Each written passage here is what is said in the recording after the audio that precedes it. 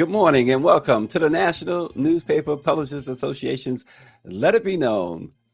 This morning, a former Memphis police officer changed his plea to guilty on Thursday in the fatal beating of Tyre Nichols. He becomes the first of 5 officers charged to reverse course. We'll tell you about that. And the guy who authorities believe killed Tupac Shakur, Duane Keith D, and he's the only person still alive, was in court yesterday, stood in shackles before Clark County District Judge Tyre Jones and pleaded not guilty to the murder of the rap legend. We'll talk about that as well. HBO and Max CEO Chairman Casey Bloys, he had to apologize to TV critics Thursday for using fake Twitter accounts to respond to negative reviews. That guy couldn't take the negativity, can't take the heat. Get out the kitchen. Also, the city of Philadelphia has picked the winning design for a Harriet Tubman statue outside of City Hall. Not until, I should say, there was a whole lot of shaking going on in the city of brotherly love about who they originally chose. We'll talk about that this morning. And here's one that flew a bit under at least my radar, and we certainly haven't talked about it, but Suge Knight, who is currently serving a 28-year prison sentence, he's joined people like myself and millions of others in launching a podcast from jail, though. We're going to tell you what triggered the latest firestorm about that. It's unbelievable. Suge Knight got a podcast from jail. Unreal. How does he do it? Well, we'll talk about that. And before we get into it, Power 96 says happy HBCU T-shirt day. Shout out to the new line of alphas at Morris Brown College, the first Divine Nine organization to be reinstated on campus and probate in 20 years. So a shout out, I suppose, goes out there. You know, you guys are into your fraternities and all that stuff. Get really serious about it. So got to shout them out. But this morning we begin in Memphis, Tennessee, where an officer was charged. He changed his plea. He was charged in the Tyre Nichols case, changed his plea to guilty in the fatal beating of Tyre. He becomes the first of 5 officers charged in the case to reverse course. Desmond Mills Jr. entered his plea during a hearing at the Memphis Federal Courthouse as part of a larger agreement to settle charges in state court as well. Now, it wasn't immediately clear how the 4 other officers plan to respond and specifically whether they would follow suit. But now they have even more impetus, because if they don't, that just means that this guy is going to get on the witness stand and sing like the loudest bird out there. But he pleaded guilty to federal charges of excessive force and obstruction of justice on Thursday and agreed to plead guilty to related state charges. Prosecutors are recommending a 15-year sentence for the officer, although the final sentencing decision rests with the judge. Also rests with if he's going to have to take the stand against those other officers. So I would imagine that they've been on the phone all night long, as Lionel Richie would say, all night long with their attorney saying, listen, can you do better than 15 years? Can I get the 15 years? You know, you got 1 or 2 of them saying, man, I just can't do no time. How about some probation? You got nothing. You got nothing for probation. You got the baseline now is 15 years. That's the bottom line. 15 years, baseline. Your life is done, cooked, finished, over. They were caught on video in January, and it was one of a string of, this is the thing with these guys. There are certain things we understand on this program, right? People who look like us can't do that. People who don't look like us can do, and they get away with. Trump said he get away with shooting someone on Fifth Avenue. So far, he's right. Nobody's proved him wrong yet. Gag order, this, that, whatever. This guy berated judges, threatened judges' families, prosecutors' families. He ain't going to jail. In fact, not to get too far off base, but in fact, just yesterday, Judge Cannon has indicated that she's going to push that particular trial back even more until after the election, which is what he wanted. And Judge Cannon, y'all know Judge Cannon, Eileen. Good night, Eileen. Eileen is not only was she appointed by Trump and refuses to recuse herself, by the way. Not only was she appointed by Trump, but she's an avowed MAGA supporter. How do you think that's going? Come on. But these cops in the Nichols beating, they did this stuff before. They've been getting away with. They've been using excessive force, according to the DOJ. They beat, kicked, and hit Tyre Nichols. I still don't think we got the full story there yet on Tyre Nichols and why these officers did this to him. The 5 former officers, including Mills, is Tadarius Bean, Demetrius Haley, Emmett Martin, and Justin Smith. They pleaded not guilty to second-degree murder and other charges in state court. Mills is the first to agree, of course, to change the plea. As we said, U.S. District Judge Mark Norris has scheduled a May trial for the officers in the federal case. The clock is ticking. Austin says put him and them under the jail. Austin has no mercy sometimes. You talk to Austin, he seems like reasonable guy you can negotiate with. You know, he goes over to Dubai and Africa and stuff, and he negotiates with like kings and heads of states and stuff. You feel like he's a reasonable guy. But he's saying put him under the jail. They all was fired immediately, too. You knew they were done. The union was done. When the police union immediately turns on their own, which probably has happened one time, which is this time, you know you're cooked. It was like at that moment is when they should have started looking for deals. That's the union, the police union. And it was like other police unions did too. I remember Maryland, the Fraternal Order of Police in Maryland immediately issued a statement denouncing these guys. You wonder why.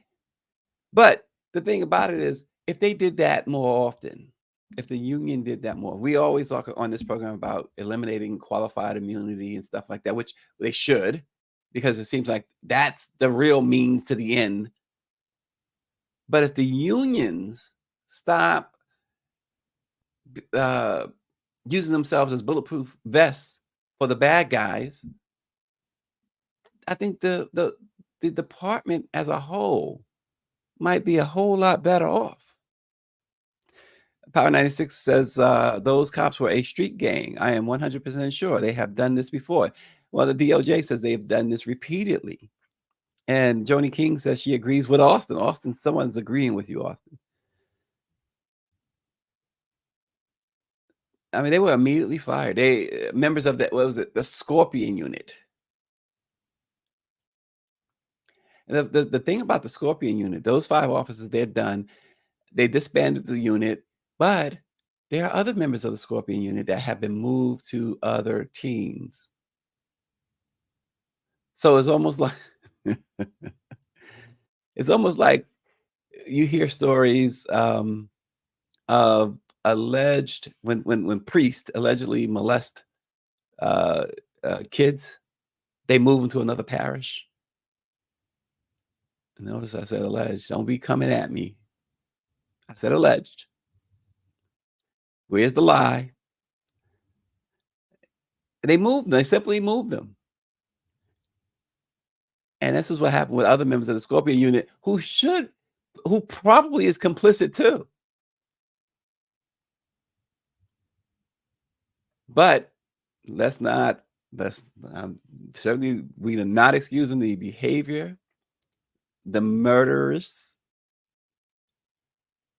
actions of these guys. I mean, he pleaded guilty to murder, so I can say murderous. Power 96 says police unions, internal affairs, and others are the real corrupt thugs in every police department. Well, we'll see what these other officers do now that this guy has flipped. We'll see. Turning our attention out to the desert in Las Vegas, a former Southern California street gang leader pleaded not guilty yesterday to orchestrating the drive-by shooting that killed Tupac Shakur in 1996. Who do anybody? Certainly, I mean, I'm black, but we don't usually use Tupac's last name, right? We don't say Shakur. We just say Tupac. And the guys in the game, in the industry, they just say Pac. We just say Tupac out of total respect. But Keefe D, the only person still alive, the only witness left to the crime, other than, of course, Suge Knight, who we're gonna talk about later, and what I find just totally amazing, if not shocking. We're gonna talk about that a little bit later, so hang on with us, folks. But he was charged, of course, and he stood in shackles before Clark County District Judge Tierra Jones. Special Public Defenders Robert Arroyo and Charles Cano represented Keefe D yesterday, but he lost his bid to hire Ross Goodman, a defense attorney, who spoke on his behalf 2 weeks ago. He said prosecutors lack witnesses and key evidence, including a gun or vehicle, for that killing that was committed 27 years ago. Keefe D is now 60 years old, and he's originally from Compton. He was arrested September 29th outside a home in suburban Henderson, Nevada, where Las Vegas police served a search warrant back in July, which, of course, created new hysteria. It put Jada Pinkett back in the spotlight. Y'all know what I'm talking about. The incident alleged that Davis obtained and provided a gun to someone in the back seat of a Cadillac before the car-to-car gunfire that mortally injured Tupac. And Suge got a little injury from that too, which a lot of people had speculated at the time, oh, he must be in on it. There was never any proof that Suge was in on that. Of course, Tupac died at the age of 25, just 1 week after the shooting. And now, of course, Suge Knight is who's 58 years old in prison in California, serving a 28-year death sentence. A death sentence. He's a sentence for the death of a Compton businessman in 2015. But this guy pleaded not guilty, and he's bragged about the killing of Tupac for years. And the interesting thing about it is because he thought, we talked about qualified immunity. Well, he thought he had immunity. For some reason, this is one of the stories that have come out, that this guy thought that he could not be prosecuted based on a deal he made some years ago that supposedly wiped the slate clean, that even if he admitted to killing Tupac, and the cops couldn't touch him. Well, how wrong was he? He totally misinterpreted whatever deal that was. And Power 96 said he wanted the fame. Now he's receiving all the smoke. Big dummy, shut your mouth. And that was the thing. A lot of people are saying that. He thought he had the deal. And Suge Knight has said, I'm not going to testify against him, although I'm the only witness. I'm not. He says, we don't snitch. And again, we're going to talk more about Suge Knight in a little bit on a story that I just find extremely fascinating. Fascinating. But Keefe D told on himself, implicated himself at least in multiple interviews, including a 2019 tell-all book that described his life leading the Crips in Compton. He said he got a .40 caliber handgun and handed it. Yeah, I remember the Baby Lane, Orlando Anderson. He handed it to him. And though he didn't identify Anderson as the shooter, he implied that Anderson did it at that time. He was 22. Baby Lane Anderson was 22 at the time, and he denied any involvement.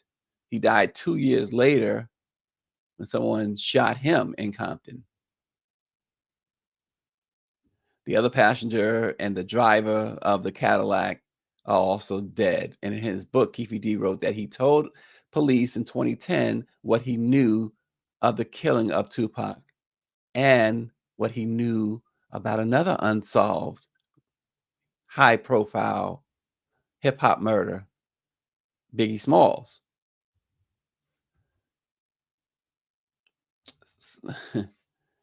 It's unreal what goes on here. And just earlier this year, they believe heavily that they solved the murder of Jam Master Jay,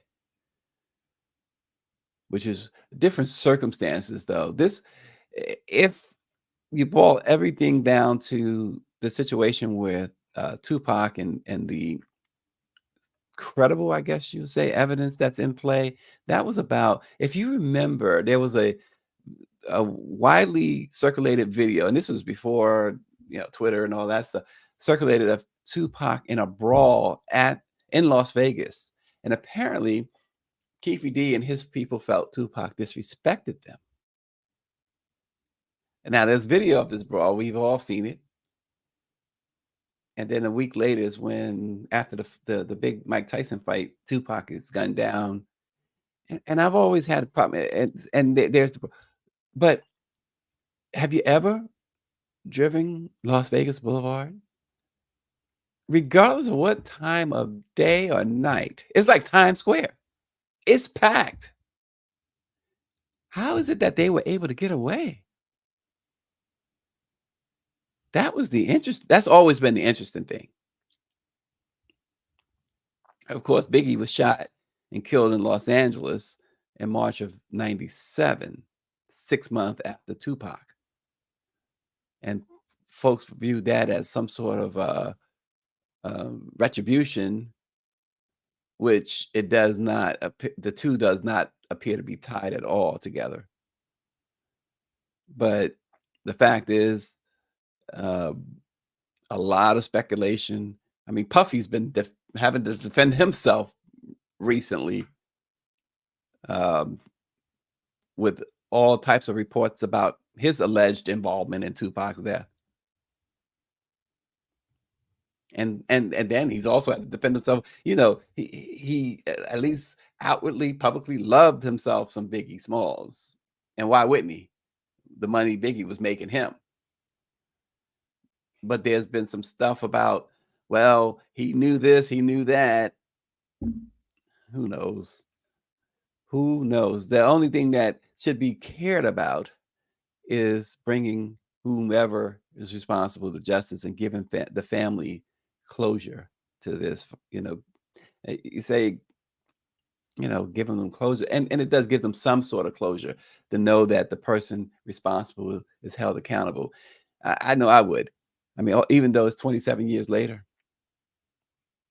and Biggie's case too, in both cases, just like with Jam Master Jay earlier this summer. I mean, look, I wasn't personal friends with Jay, but I certainly was happy that they got somebody that they believe is the person responsible. And certainly, we've heard from Tupac's surviving family members who say that they are happy that authorities never gave up. And I'm sure Biggie's mom, and we've seen her on many of occasions, and she seems like the sweetest person. And why wouldn't you want justice for her? I'm sure she wants that to be solved too. Moving on this morning, HBO, and this is interesting to me. Casey Bloys, the CEO of HBO and Max, has apologized to TV critics for using fake Twitter accounts to respond to negative reviews of HBO series following a report that revealed his past behavior. He says, "For those of you who know me, you know that I am a," this is his excuse, by the way, for putting out those fake accounts. For those of you who know me, you know that I am a programming executive, very, very passionate about the shows that we decide to do and the people who do them and the people who work on them. He says, "I want the shows to be great." This is like HAGA instead of MAGA, make HBO great again. He says, "I want the shows to be great. I want people to love them. I want you all to love them. It's very important to me what you all think of the shows." When you think about that and then think of 2020 and 2021, I'm working from home and doing an unhealthy amount of scrolling through Twitter, and I come up with a very, very dumb idea to vent my frustration. Obviously, 6 tweets over a year and a half is not very effective, but I do apologize. See, you do it's not an apology. When you started making excuses, it's not an apology. That's apologizing 101. 6 tweets over a year and a half is not very effective. But I do apologize to the people who were mentioned in the leaked emails and the leaked emails and texts. Leaked. See, it's not an apology. Come on. What happened? What happened was you put out some awful shows, including, and I'm going to say it, including that show about Russell Simmons that Oprah Winfrey told you not to put out, that it was not good enough. And you got banged for it. See? Do it right or don't do it at all. Come strong or stay home, dude. HBO is just not what it used to be. And Max is horrible. Fix it and then start tweeting. That's all. Fix it. Get some better programming. That's the bottom line. The programming is horrible. When Oprah Winfrey steps away from something after she put her heart and soul into it, and she steps away from it, she really ran away from. She didn't just step away. It should tell you, hey, wait a minute. Let's listen to somebody who's been there before. Let's listen to somebody who knows who's proven to know what they're talking about.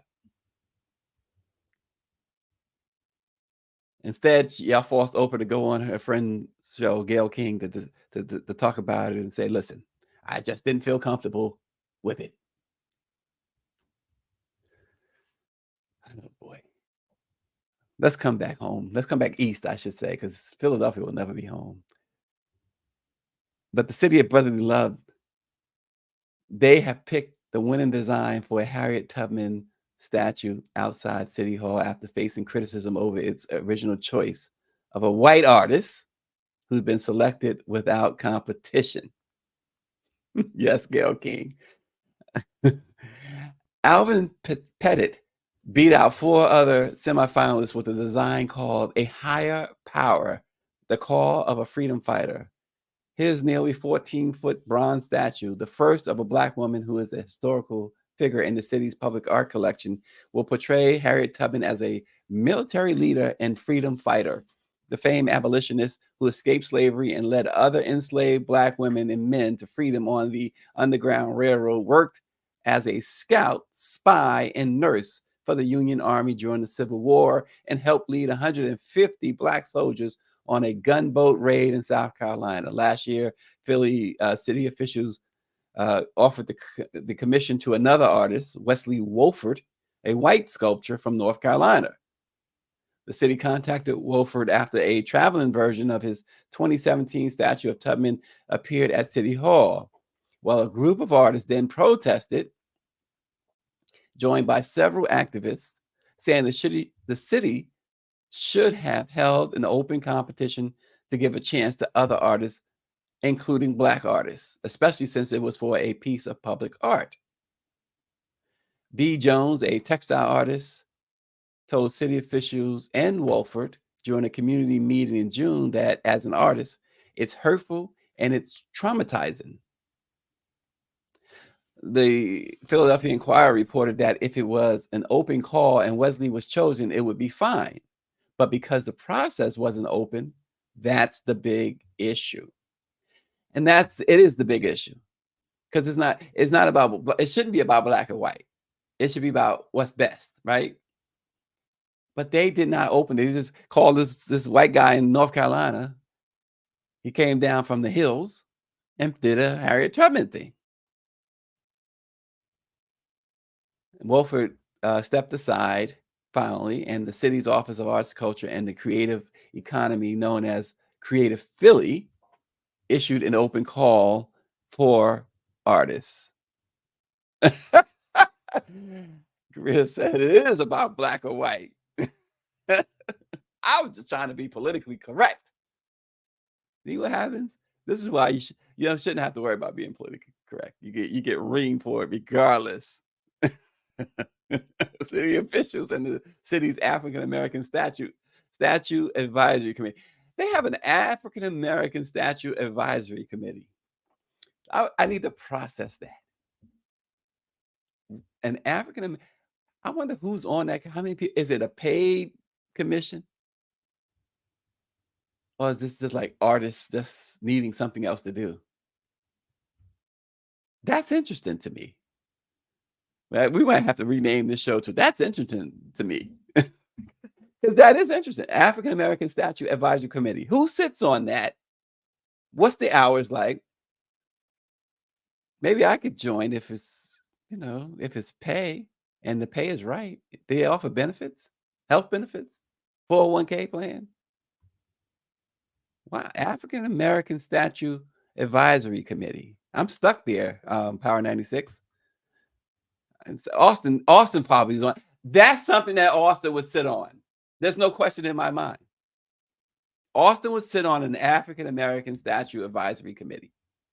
And of course, Barrington would be sitting on the sidelines reaming him for it. But Austin would be sitting on this commission. Come on, Austin, speak up. I know you will. And Power 96 said, I bet they would never pick me to paint a picture of George Washington. I guess that's what Greer is saying. Oh, man. So this artist, and the artist that they did pick, let's be clear.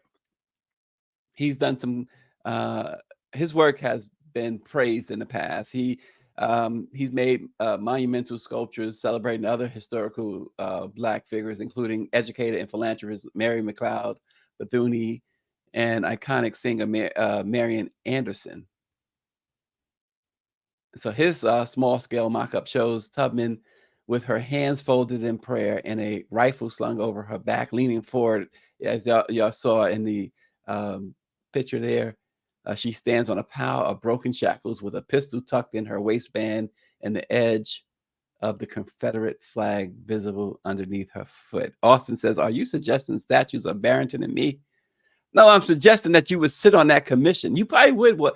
And he would be on that commission and say, yeah, we should do one of Barrington. More importantly, I don't think he would commission one of Barrington. He probably would commission a couple of statues. They would not be of Barrington. He probably want to commission a statue of Greer. The question is, will Greer pose for it? I don't know, Austin. It's on you. As the Sugar Hill Gang said, so what you gonna do? Anyway, no, I'm not suggesting the statues. And David wants us to commission one of Austin. Austin would make a good statue, right? He's got that cool beard and everything. Yeah, he would. So here's a story I've been so fascinated with. It's interesting to me. It kind of flew under the radar. Okay, I'm getting a text from Austin mid-show. Mid-show, I'm getting a text from Austin. I'm not going to repeat what he said. He's using Barrington language. So I'm not going to repeat it. He's like, oh my God. But he didn't just say, oh my God. He put a word in there after, oh my. So Suge Knight, as we know, has been serving. We just talked about Suge Knight, but I am so fascinated with this one. He's serving 28 years, as we said. He's joined so many others in doing something that so many do today. which is a podcast. Yes, Suge Knight has a podcast, and get the title too. The title is so interesting. If y'all haven't caught it, Collect Call with Suge Knight. Well, how else would he be calling, right? From jail, from prison. Collect Call with Suge Knight. I think that's genius, though. The first episode, the first episode launched earlier this week, and Suge may now find himself in a court for a civil trial because he accused in that first episode Akon of sexually assaulting young girls. You just can't just do that, Suge, even though you already locked up. Akon said he likely has no other choice but to sue Suge Knight. Suge announced that his intentions to launch his Collect Call podcast earlier this month. It's in association with the Source magazine founder Dave Mays' Breakbeat Media venture. It's genius. It's certainly genius. The podcast will find Suge settling scores and addressing past and current adversaries like Snoop Dogg, Whack 101, Dr. Dre, and others in the music industry. There you go. Criminal Minded. We've been blinded. Mike V for the win. He says Prison Radio, the Criminal Minded tour. In the opening episode, Collect Call with Suge Knight, the former Death Row Records mogul saluted the women in the industry, including Cardi B, who he said there's nothing Cardi B can't do and be successful with it. He also celebrated Doja Cat, Summer Walker, Lizzo, and SZA. Now, SZA, okay, so there's some things about modern rap I'm not hip to, whatever. SZA is SZA. Is it SZA, or is he just goes by the initials? Somebody tell me. All right, it says Suge Knight, and the podcast name should be I am about to snitch on everybody. Those phone calls will have callers telling everybody on everything on everybody. But so it's funny. He says Power 96 and Jody King said I thought he doesn't snitch. So it's funny that you guys should say that. Because when he pivoted to Akon, right, and making this audacious claim that Akon raped young girls, and the girls were 12 and 13, that he's alleged that this happened to. So Akon was adamant that the claims are false. Let's make that clear. He's adamant. He says he's going to sue. And that's the thing, too. Oftentimes we hear celebrities say, oh, that's not true, or this is not true, and then that's it. And I see fans a lot of times, fans and others, say, well, if it's not true, just sue them. Why don't you just sue them? And it's like, well, it must be true. Well, Akon says he is suing. So he's very adamant about this. He calls it slander. He's not going to stand for slander. He says, quote, I need to make it very clear that I absolutely deny these outrageous, false, and disgusting claims Suge Knight made on his podcast about me. I've never called, received, or had any contact with Suge Knight since he has been incarcerated. My voice, you heard, because they played a voiceover of Akon. Yeah, there's a point too that he claimed Deion Sanders Suge Knight did claim that Deion Sanders was secretly signed to death row. Yeah, I remember that. But he says, my voice you heard on Suge's podcast was a soundbite previously recorded from an interview I did with DJ Vlad 3 years ago regarding Suge Knight in 2009. See, this thing takes me everywhere. Mike V says, stranded on death row. Y'all guys came for the win today. But Vlad, why do they do Vlad? Vlad embarrasses all of these high profile guys. Yet they run to somebody explain that to me. I talked about, me and my Taylor Swift rant. But why do they run to Vlad when he totally embarrassed him? One of the things I remember Vlad doing not too long ago, a couple of years or so ago, was and I felt so bad for John Amos did a spot on Vlad TV. And clearly, John Amos was not expecting and not prepared for the type of stuff, because I won't even call them questions, but the type of stuff Vlad threw at him. It was so disrespectful.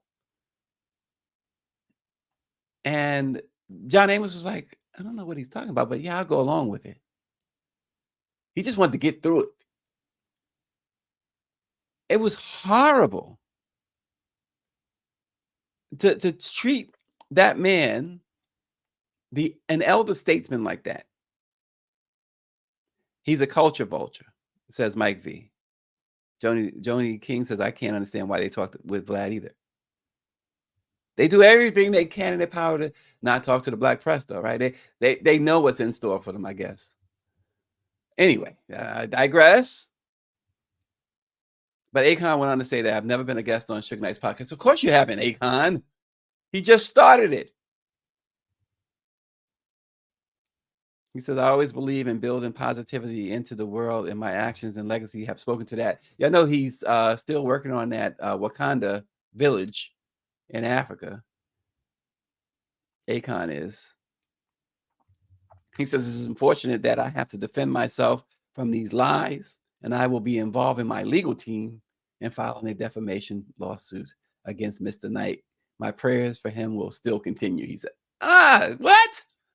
Come on, Akon. You was coming strong, and then you got a little weak. My prayers will continue. If a guy, no. As a devout Christian, I'm still not praying for somebody who's accusing me of raping a child. No. It takes, my prayers would be for myself, not sending a team after you. And I'm not talking about lawyers. Because that's something you just don't overcome. You just don't overcome it. Michael Jackson's been dead, over 12 years?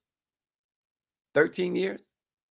And if you are in that camp that believes he's innocent, he still hasn't overcome the label of child molester. You don't overcome that.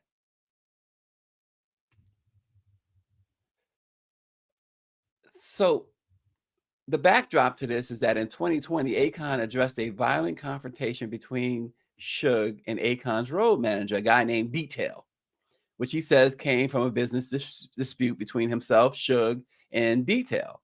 Well, back in 2009, y'all might remember this. It was shocking that Suge Knight got knocked out.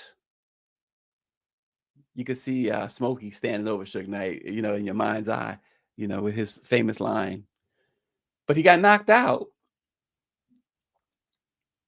from somebody in Akon's camp, a guy named Robert Carnes Jr., who got arrested for felony assault. It happened in Scottsdale, Arizona. So anyway, you could see a little retribution there by Suge through this collect call episode. But he alleges that one of his homegirls, and I'm going to keep in mind the snitch part of this, y'all. Yeah, I mentioned the snitch. One of his homegirls told him that Akon and producer Detail sexually assaulted two teens. One was 13, one was 12. So it's one teenager and one child.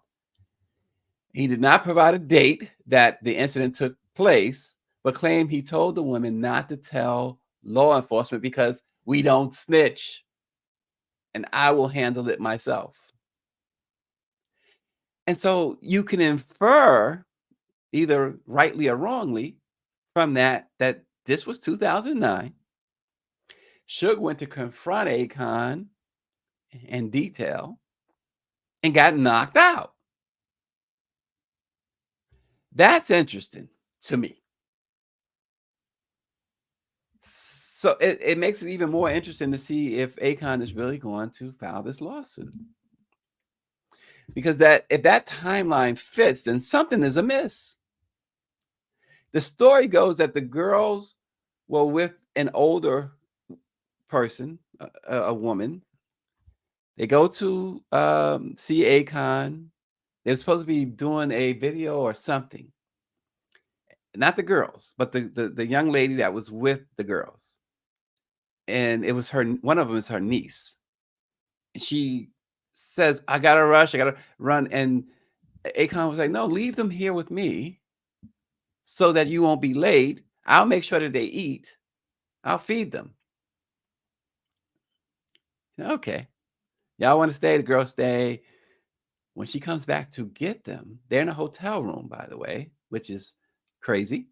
They're in a hotel room, and it's one of those suites where the bedroom is separate from the living room, places where I like to stay. And the girls come out of the room disheveled. They hadn't eaten. They had their they ordered some food. The food was untouched. And she was like, what's going on? Allegedly, Mike V, right? Allegedly. And the girls get in the car, they start driving, and she gets it out of them that this is what happened. She's freaking out. She tells Suge, and Suge says, I'll handle it. That's the story that Suge told on his collect call from Suge Knight podcast. I don't know how you go from celebrating the women of hip hop to talking about sexual assault, unless you start bringing up. And I know it's it. So here's the thing too, because I know he has a beef with Dr. Dre, but you know that incident. We all know that incident with the female reporter. What was she from? Vibe or something? What was she from? We all know her story. How he beat her to a pulp, Dr. Dre. And he didn't mention that. Interesting stuff. Interesting stuff. Well, Suge Knight podcast is he's recording another episode. And it's not going to be available to the general public. I think they said until December or something like that. And they'll start running them weekly. But collect call with Suge Knight. He's wow. D Barnes, who now has a show on Roland Martin Unfiltered. D Barnes is her. Yep. I didn't know she had a show on Roland Martin's Unfiltered. Wow. Yeah, the injuries that D Barnes suffered at the hands of Dr. Dre should never, ever, ever be dismissed. That was, and the fact that there was dudes there who did nothing about it. They didn't stop it. The fact that anybody was there and didn't stop it, but especially dudes. Come on. I remember, I don't even know D Barnes. I don't know Dr. Dre either, but I don't know D Barnes, but I felt awful for her. I felt like somebody should have did something. And sure, and Dr. Dre never faced any consequences for it. Never faced any consequences for it. I don't even think there was even D Barnes. I don't even think she filed a civil suit or anything. I don't think she got any compensation, no type of reparations, if you will. And she did nothing wrong. She didn't do nothing to precipitate that. She was doing her job. She did nothing wrong. Yeah, and Power 96 says that's just horrible. That is low rate entertainment. I don't know if he was referring to the podcast, Suge Knight's podcast, or D Barnes' situation with Dr. Dre. But I'm shocked at this podcast. Just as I was shocked at the D Barnes. Not the well, listen, I was surprised that Suge Knight had a podcast from prison. I mean, I'm all for in certain situations, prisoners having some sort of outlets. Not all of them are murderers and rapists.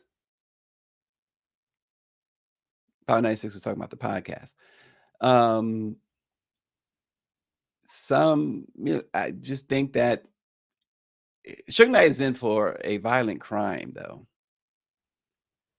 I mean, if you have listen, I guess we can't go down that rabbit hole right now, but A podcast from prison. Where have we gone? Where have we gone? I'm certainly not for them being treated like animals. I think many, just about every prison in the country could be uh, vastly improved. The conditions in there. These are humans, and as I said, not all of them are murderers and rapists. So, I guess their argument, the Department of Justice, Department of Corrections argument would be that they can't. There's no separation. I guess. Who knows? David Youngberg predicts that the podcast will be a hit, and Austin says, "Suge Knight, good night."